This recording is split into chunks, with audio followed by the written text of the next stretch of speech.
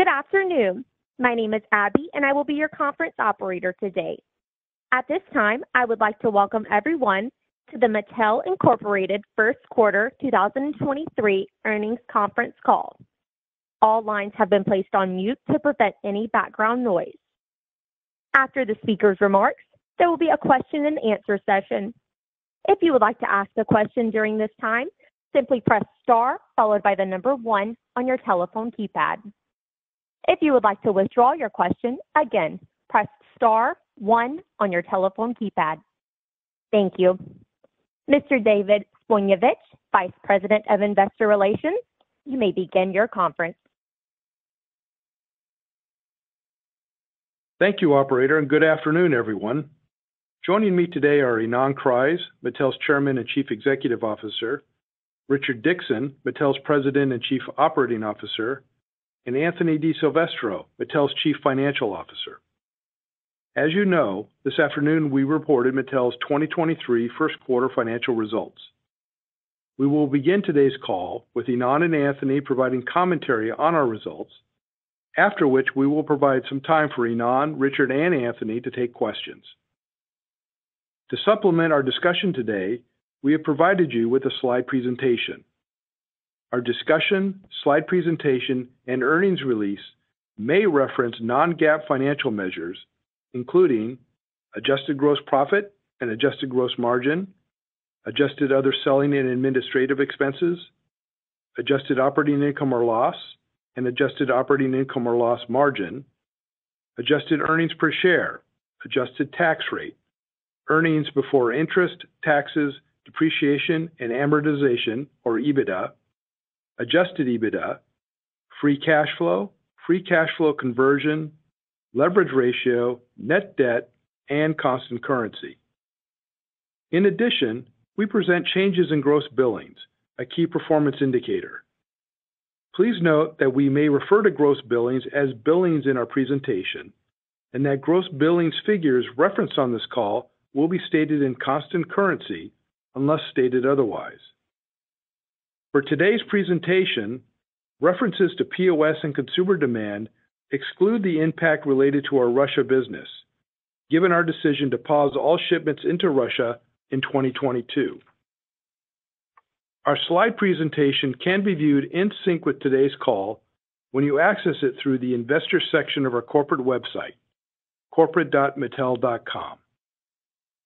The information required by Regulation G regarding non-GAAP financial measures, as well as information regarding our key performance indicator, is included in our earnings release and slide presentation, and both documents are also available in the investor section of our corporate website.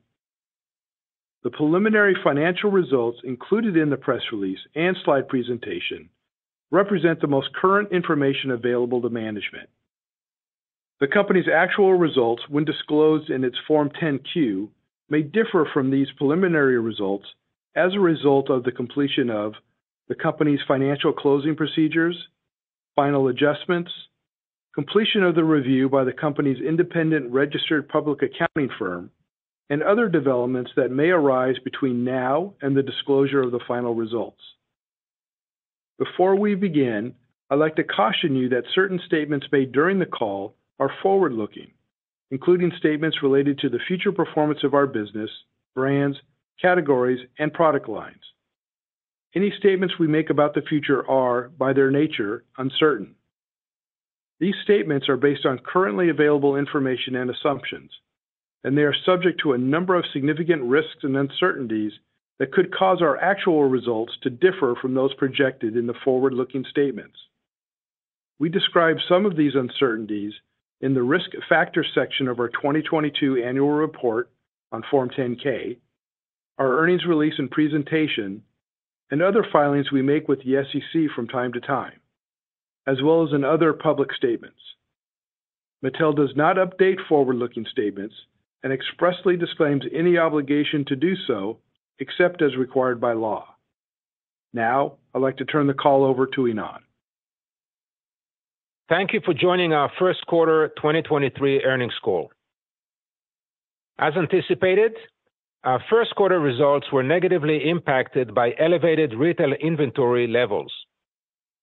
That said, the underlying business performed well, both in absolute and relative terms, with overall growth in consumer demand for our product and market share gains for Mattel. Looking at key financial metrics for the first quarter as compared to last year, net sales declined 22% as reported, or 21% in constant currency, and adjusted EBITDA declined $166 million to a negative $14 million. Our first quarter decline was primarily due to the negative impact from retailers managing inventory levels, which were elevated entering the year, and also due to the comparison to the year-ago quarter, which benefited from retailers building earlier in the season. Excluding Russia for comparability, total company POS was up mid-single digits, with double-digit growth in our international segment and flat POS in North America. Per Circana, formerly known as the NPD Group, Mattel gained share globally in our three leader categories, as well as in action figures and building sets. These broad-based market share gains speak to the strength of our portfolio. We believe retailers will continue to adjust inventories in the second quarter, negatively impacting gross billings, and that the situation will be corrected by the end of the first half. Reflecting our strong financial position and confidence in our strategy, we resumed share repurchases in the quarter and look to make further repurchases this year. The fundamentals of our business are strong. We expect to outpace the industry, gain market share, and achieve our full-year guidance. Looking at gross billings in the quarter, all categories declined as a result of retailers managing elevated inventory levels, with the exception of vehicles, which was up. With respect to the power brands, Barbie and Fisher-Price declined, while Hot Wheels grew. The global rollout of Monster High and the launch of our Disney Princess and Frozen products are both off to a good start. POS significantly outpaced gross billings by double digits in all categories and all power brands. We have been successfully executing our strategy to grow Mattel's IP-driven toy business and expand our entertainment offering. On the toy side of the company, we recently announced a new and separate licensing agreement for Disney's Wish, releasing in November of this year. The relaunch of Barney and our first-ever licensing agreement with Hasbro to create co-branded toys and games, and we launched last weekend a new line of Disney The Little Mermaid dolls as part of our Disney license agreement ahead of the upcoming theatrical release. We also made progress in capturing value for our IP outside the toy aisle and recently announced the Hot Wheels Ultimate Challenge primetime show on NBC and the Barbie Dreamhouse Challenge, a new home makeover competition series on HGTV, both airing this summer. The Hot Wheels Rift Rally mixed reality racing game on PlayStation and iOS, a new Monster High live tour, the launch of our own publishing business, and a new multi-year apparel and accessories partnership with Gap. Excitement continues to build for the Barbie movie, one of the most anticipated films of the year, which premieres worldwide on July 21st. The second teaser was released earlier this month with significant global coverage. Expect more momentum in social media and marketing activities to accelerate towards the release of the movie. In closing, while retail inventory management impacted the first quarter results, the underlying business continued to perform well, with overall positive consumer demand for our product and growth in market share. We believe the retail inventory situation will be corrected by the end of the first half and anticipate a return to shipping patterns more aligned with historical trends in the second half.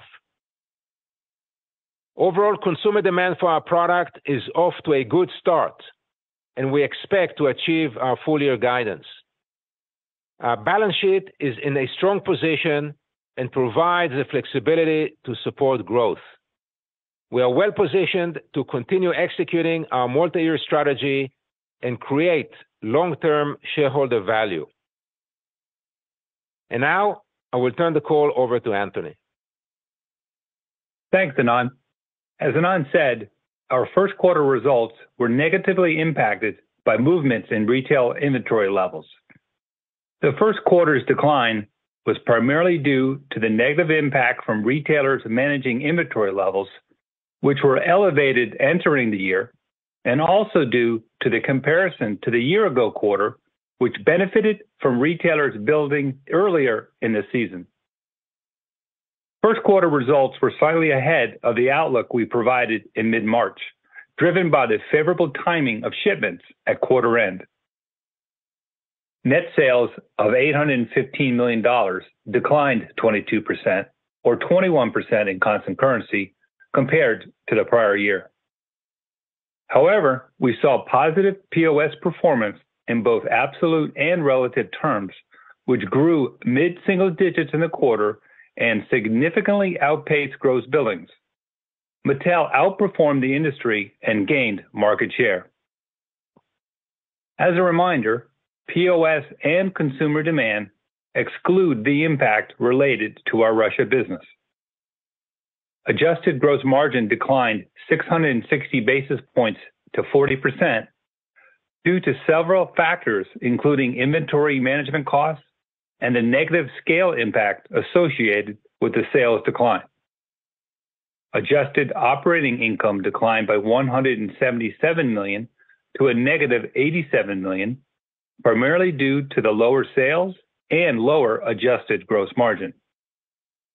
Adjusted EPS was a negative 24 cents compared to a positive 8 cents a year ago, and adjusted EBITDA declined by $166 million to a negative $14 million. We expect consumer demand to be positive for the full year and revenue comparisons to improve through the year as shipping patterns revert to historical trends in the second half. Turning to gross billings in constant currency, performance across categories was primarily impacted by movements in retailer inventory levels that had an outsized impact on a seasonally small quarter. While gross billings declined 21%, including a negative 3-point impact from Russia, there was overall positive consumer demand for our products as POS increased mid-single digits. Dolls declined 22%, primarily due to declines in Barbie, partly offset by growth in Monster High and Disney Princess and Frozen. POS for dolls increased low single digits. Barbie POS was down high single digits, but significantly better than shipping, which declined 40%.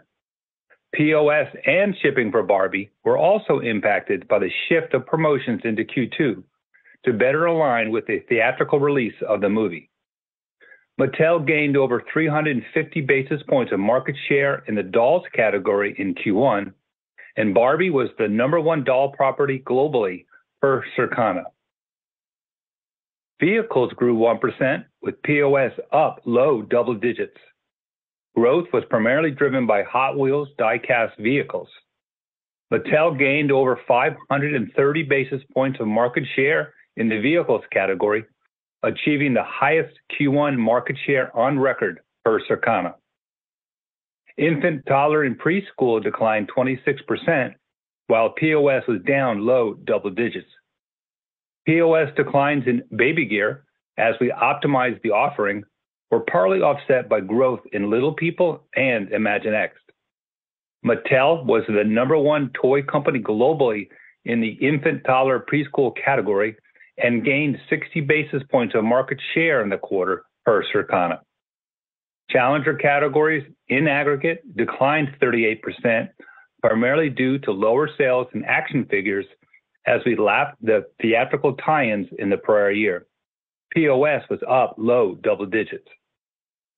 With respect to regional performance, North America declined 27%, reflecting the retail inventory headwinds. POS was flat compared to last year. Per Circana, Mattel gained market share in North America in Q1. EMEA declined 24%, including a negative 12-point impact from Russia, and also reflecting the retail inventory headwinds. POS increased double digits. Latin America grew 1%. POS increased double digits. Per Circana, Mattel gained market share in Latin America in Q1, extending our number one market position. Asia Pacific increased 17%, driven by growth in all key markets. POS declined mid-single digits, primarily due to China. As previously noted, retail inventory levels at year-end were above the prior year and elevated heading into 2023. This position improved in the first quarter, with levels ending slightly below the prior year in both dollars and weeks of supply. While improved, quarter-end retail inventories remain slightly elevated, which is expected to negatively impact our second quarter gross billings as retailers continue to adjust their position. Adjusted gross margin declined 660 basis points to 40% in the quarter.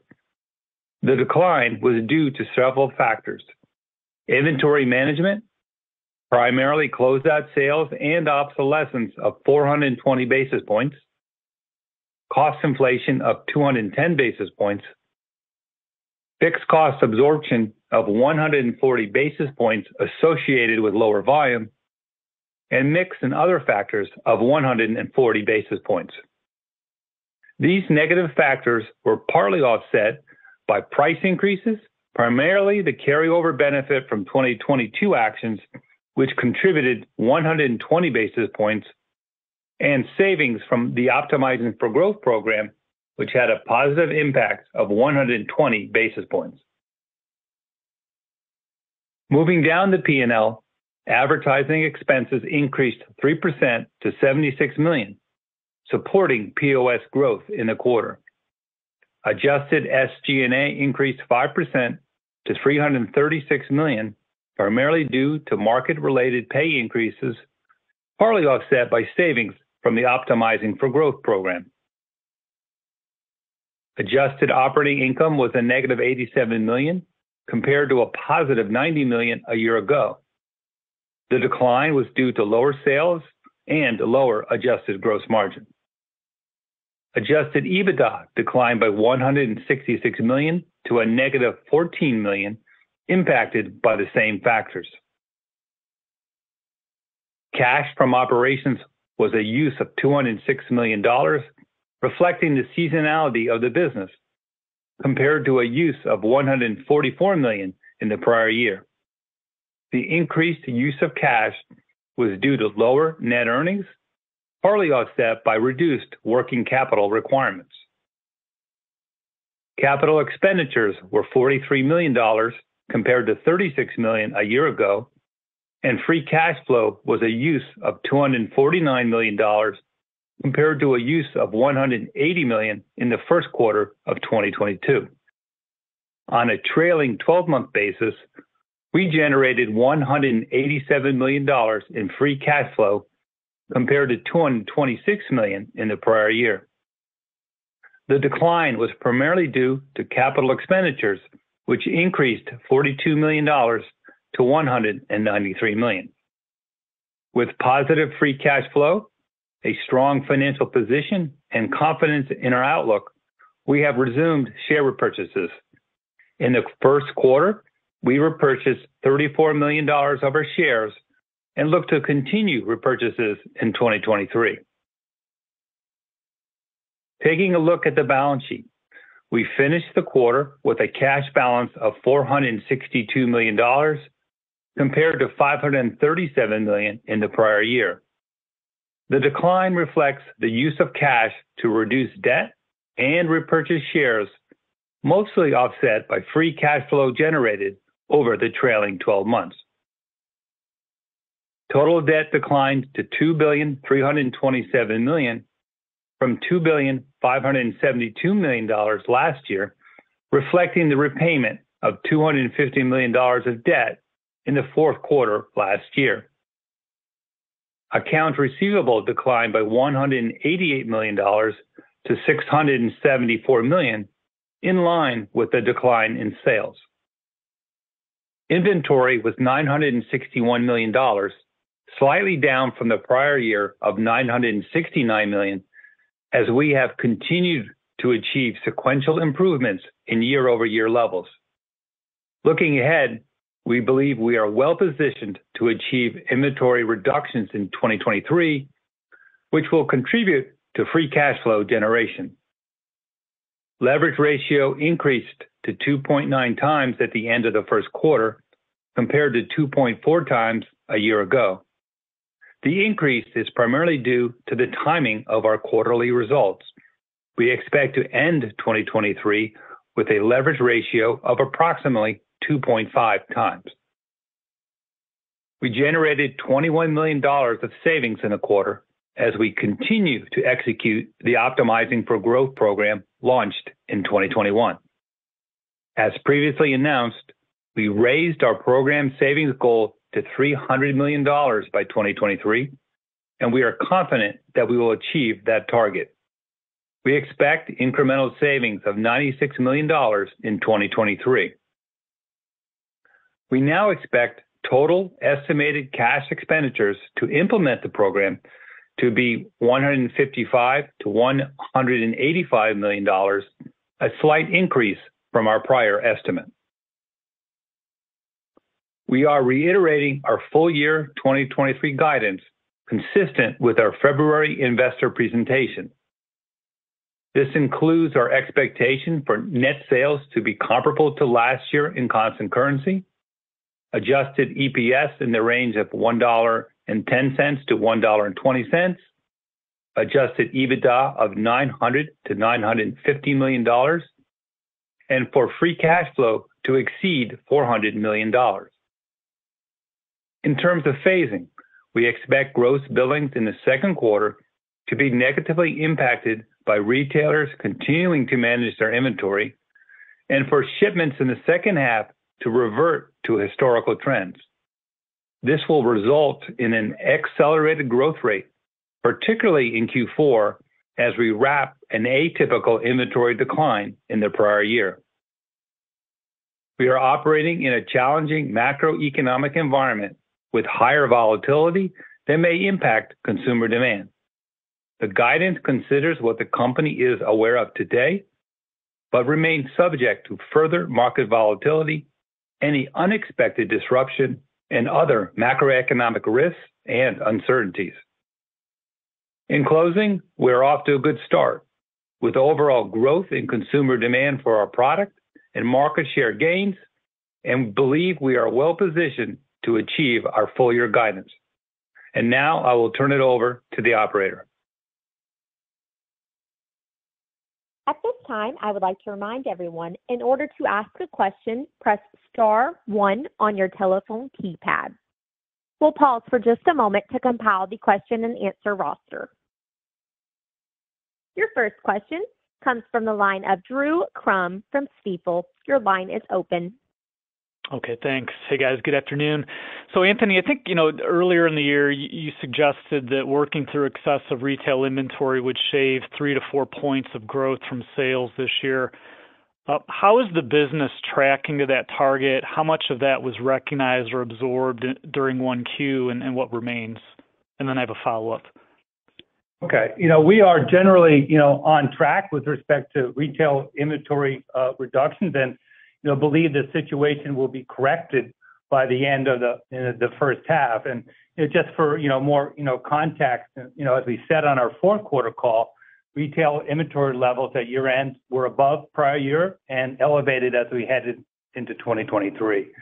That position improved in Q1, and we ended Q1 with levels slightly below the prior year. That's both in dollars and weeks of supply.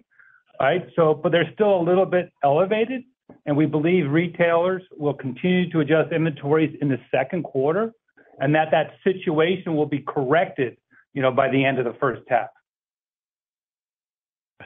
And then maybe for Ynon or Richard, I know you guys are only one quarter in, but can you comment on the allocation of shelf space for your existing legacy doll brands now that you've launched or relaunched rather Monster High, and you've added back Disney Princess and Frozen? Are you finding that there's cannibalization or that everything can coexist together? Thanks. Yeah, I'll start. First of all, on our space allocation, we're generally flat in comparison, but our category management structure allows each one of our brands to have a really unique reason for being.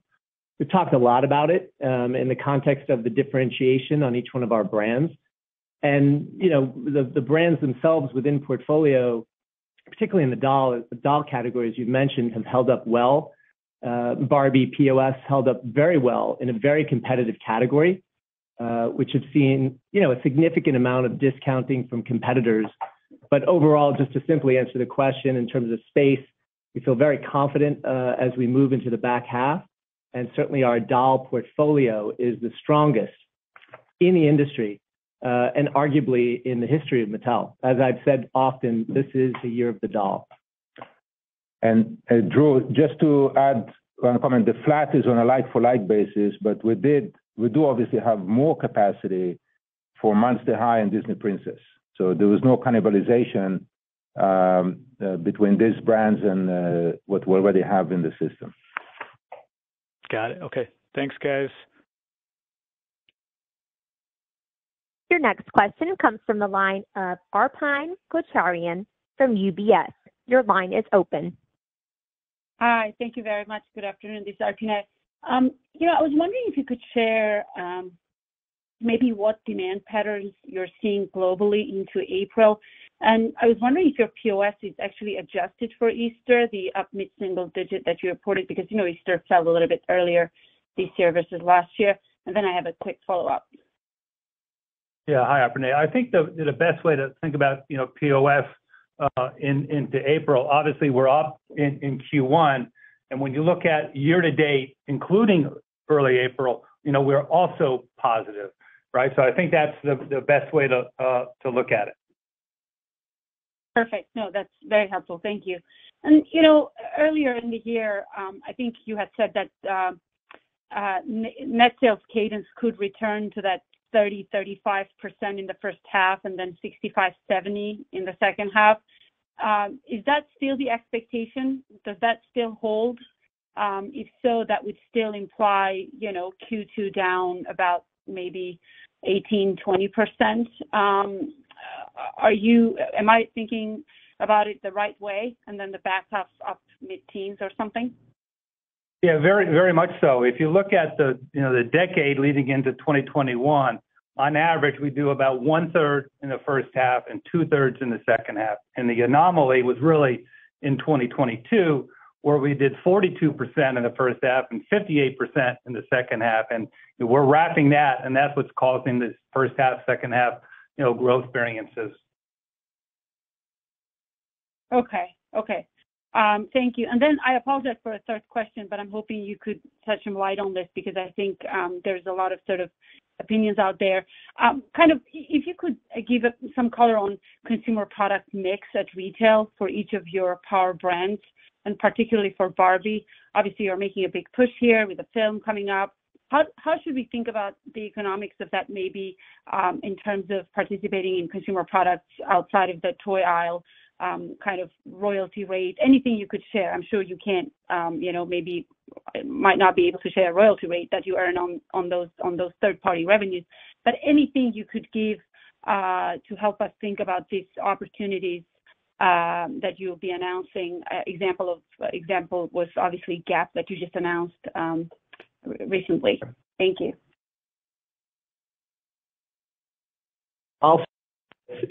First off, 2023 in particular is going to be a legacy-making year, particularly on the Barbie brand. As we have all seen, this first ever live-action film has gotten incredible cultural conversation, From there, it's a catalyst to also drive meaningful extensions of the brand outside of the toy aisle, as we've shared. We've accelerated our presence in scripted and unscripted television. We have live experiences now that are taking place all over the world. Mobile gaming has also expanded, digital collectibles, and of course, as you mentioned, consumer product partnerships. We've shared some of the consumer product partnerships recently, but you're going to be hearing a lot more in the coming weeks around significant and meaningful partnerships outside of the toy aisle. It really is a catalyst for us to extend the investment thesis of unlocking the value of our IP. And movie and content and digital gaming and extensions really give us the opportunity to broaden our reach, drive revenue, monetize the brand as a franchise, and you'll be hearing much more about the impact of that in the future. In terms of accretion, these are all margin accretive opportunities. So CP, all the licensing opportunities that Richard mentioned are all margin accretive. Thank you very much. Your next question comes from the line of Eric Handler from Roth MKM. Your line is open. Thank you. Thank you very much for the question. Appreciate it. Good afternoon to everyone. Two questions. First, as we look at the expected cadence for the year, and Anthony, I appreciate what you've given so far. But as you look at the back half, some years 3Q is larger than 4Q. Some years 4Q is larger than 3Q.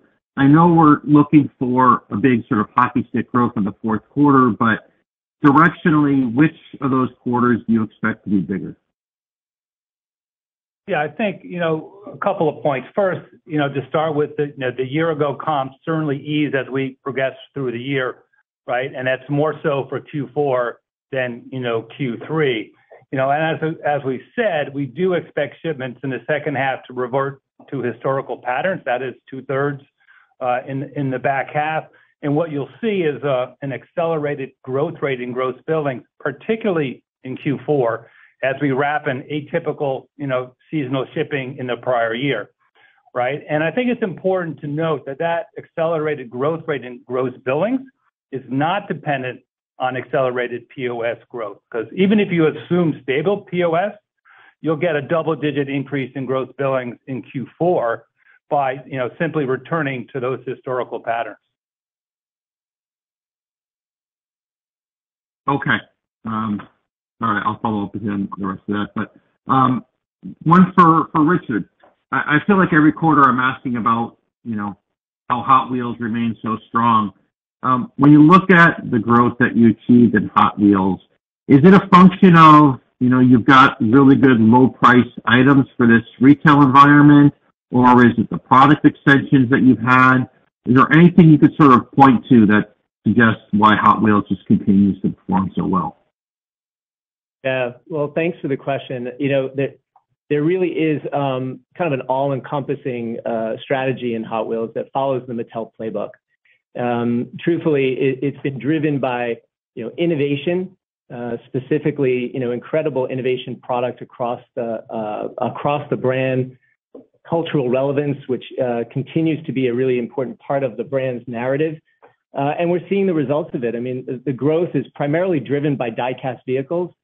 We gained over 530 basis points of market share in the vehicles category, and obviously that's been led by the power of Hot Wheels. We're in our 5th consecutive biggest year ever, heading to our 6th consecutive record year. We also continue to expand, the distribution of our core die-cast vehicles aggressively. We've been targeting both kids and adult collectors, which is primarily a growth engine within the brand itself. And as I mentioned, innovation is core to the Hot Wheels growth strategy. We've launched 2 specific segments last year in 2022, Hot Wheels RC and Hot Wheels Skate. Both have been successful entries and gaining momentum. We're going to be expanding into even more additional play patterns this fall. So look, all in all, between our demand creation that's very effective, innovation that's driving new segmentation and great excitement, and cultural relevance, we can't be more excited about the growth ahead for the Hot Wheels brand. And Eric, just to remind you that we also have 2 movies in development. One for Hot Wheels with J.J. Abrams to produce at Warner Brothers, and Matchbox with Skydance, the producer of Top Gun and the Mission Impossible series. So expect more in this category. As Richard said, very exciting space for us. Thank you. Your next question comes from the line of Gerrick Johnson from BMO Capital Markets. Your line is open. Great, thank you. Hey, Anthony, sort of a technical question on the clearing of retail inventories. Where does that hit? I would have thought to sales allowances, but those looked pretty much flattish. So what is it that impacts gross margin to bring it down 420 basis points, accounting-wise? Yeah, sure, Garrick. I mean, you're right. Our Q1 sales adjustments were fairly comparable, to the prior year. Where we're seeing the impact, on our gross margin is through, closeout sales, as well as obsolescence. Neither of which go through sales adjustments, but obviously impact our gross margin. Yeah, and maybe for Richard or Steve, the POS growth. There's 2 ways to interpret that, either as strength or as an area where you're seeing more closeouts. So I understand, we're seeing strength in Hot Wheels, but where are some other areas where that POS is strength, and where are some areas where that POS is just clearing a lot of closeouts?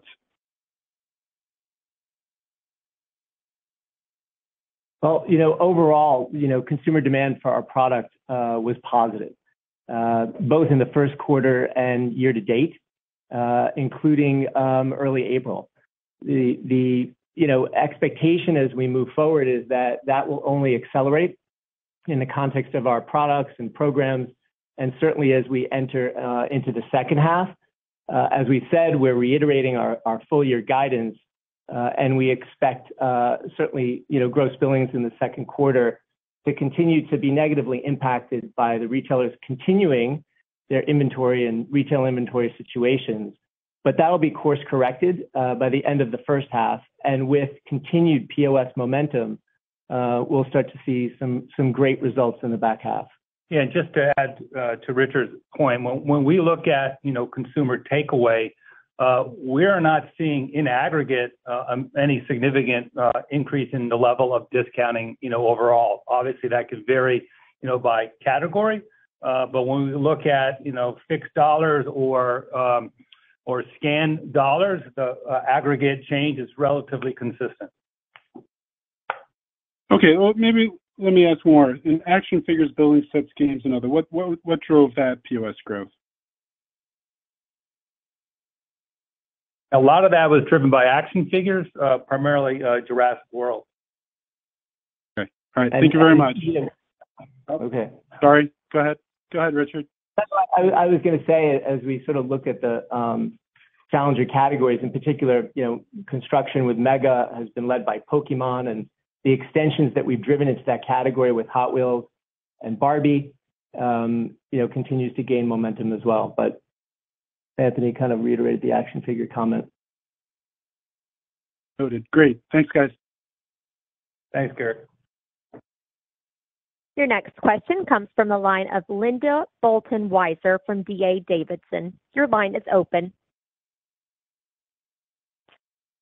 Thank you. I was curious why you think the international POS growth was so much higher than in the U.S.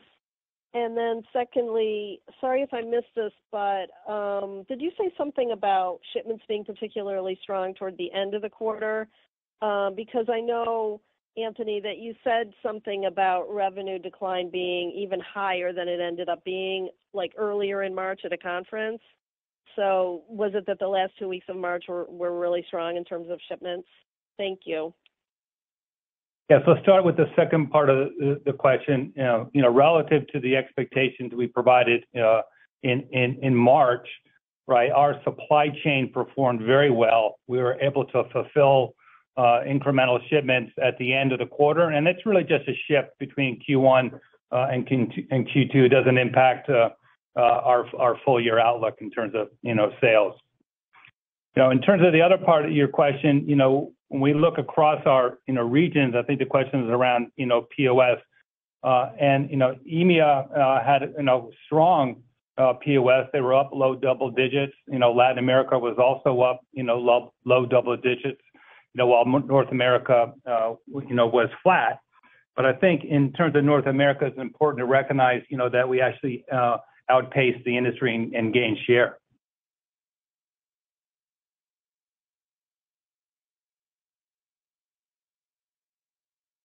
Okay, thank you.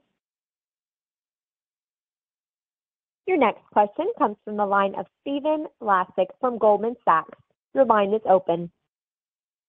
Hey, great, thanks. Maybe for Anthony, could you remind us maybe to what degree fixed cost absorption is expected to be a headwind this year, and to what degree that could be an opportunity as business patterns normalize both in the back half of this year and into 2024? Yeah, let me answer that in the context of the, the full year, gross margin outlook. We expect gross margin to, improve to 47% compared to 45.9%, last year. And the key drivers of that on the positive side, pricing, that's primarily the carryover impact of 2022 actions, as well as cost savings. We've increased our target under our Optimizing for Growth program, and those two are partly offset, right, by the fixed cost absorption impact associated with lower planned production volumes. We are targeting, to reduce our owned inventory levels, and that is having a one-time negative impact on gross margin in, 2023. So to your point, there should be upside in 2024 on that factor. And also in terms of cost inflation, we now expect cost inflation, to be neutral, to our full year 2023 guidance. And that's a little better than our original expectation, but that's being offset by higher inventory management costs.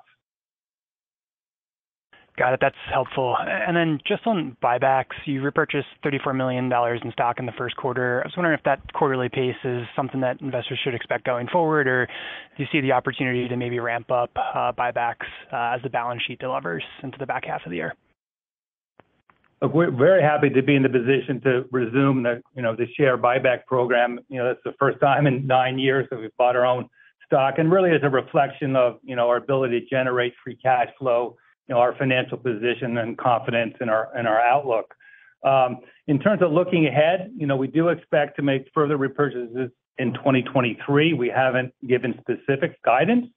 That being said, we have $169 million remaining under our current authorization. Great. Thank you.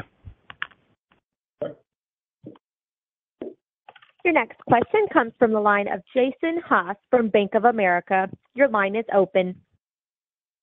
Hey, good afternoon, and thanks for taking my questions. So the first one, just on POS, in 1Q, you called out the up mid-single digits. I'm curious, was that in line with your initial plan, or did it come in above? And then what are you expecting for POS growth in the remainder of the year here? Yeah, starting with the full year in the context of our guidance, we are expecting positive POS performance. In our full year guidance, we had the negative one-time impact related to retail inventory corrections. That's 3 to 4 points. So that's in there. I would say we're kind of on track in the first quarter. We outpaced the industry and gained market share. So off to a good start. Great, thank you. And then on Anthony, this one's also for you. For the inventory clearance or inventory management headwind to gross margin, is that expected to continue? So should we see another headwind in 2Q, or are we past that now? I think we'll see some headwind, but certainly less than the level we saw in Q1. And just important to note that we're going to wrap in Q4, right, negative costs that we had in 2022. So it should be a good guide to margin when we get to the back half. Makes sense. Thank you. You're welcome. Your final question comes from the line of Fred Wightman from Wolfe Research. Your line is open.